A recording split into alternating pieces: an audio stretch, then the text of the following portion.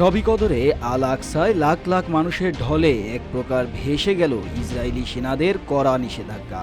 মাত্র দিন কয়েক আগেই ইসরায়েলের মরণঘাতী হামলার পরও ভয়ডর ভুলে আকসার পথে এত মানুষের ঢল অবাক করেছে গোটা বিশ্বকেই। মসজিদটির দায়িত্বে থাকা কর্তৃপক্ষ বলছে, এবারের রমজানের এই উপস্থিতি মসজিদটির অন্যতম এক রেকর্ড। ইসরায়েলি বাহিনী যতই ফিলিস্তিনিদের অস্তিত্ব মুছে দেওয়ার চেষ্টা করছে, তারা যেন ততই শক্তিশালী হয়ে ফিরে আসছে।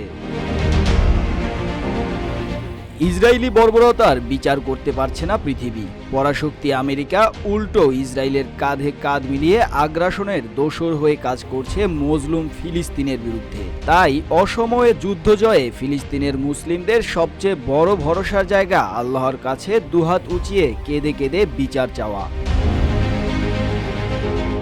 ২৬ মার্চে আল আকসায় শবি কদরের নামাজ আদায় করেছে ২ লাখ ফিলিস্তিনি। সকাল থেকেই ফিলিস্তিনের সব প্রান্ত থেকে আকসার পথে রওনা হয় লাখ লাখ মানুষ।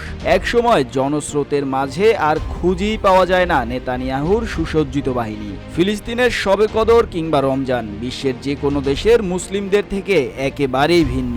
দীর্ঘদিনের ইসরায়েলি আগ্রাসনে পরিবার, স্বজন, সম্পদ সব হারিয়েও দমে যায় না এই ভূখণ্ডের মানুষগুলো।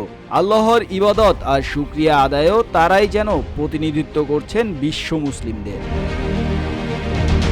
শবে কদরে মসজিদটিতে জড়ো হওয়ার উপর কঠোর বিধিনিষেধ জারি করেছিল নেতানিয়াহু সরকার।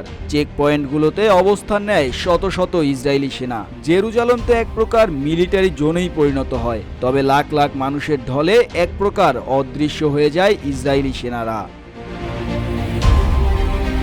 নামাজে অংশ নেওয়া অনেকেই বলেছেন, মহিমান্বিত রাতে আল্লাহর কাছে ইসরায়েলি বর্বরতার বিচার চাইতে এসেছেন তারা।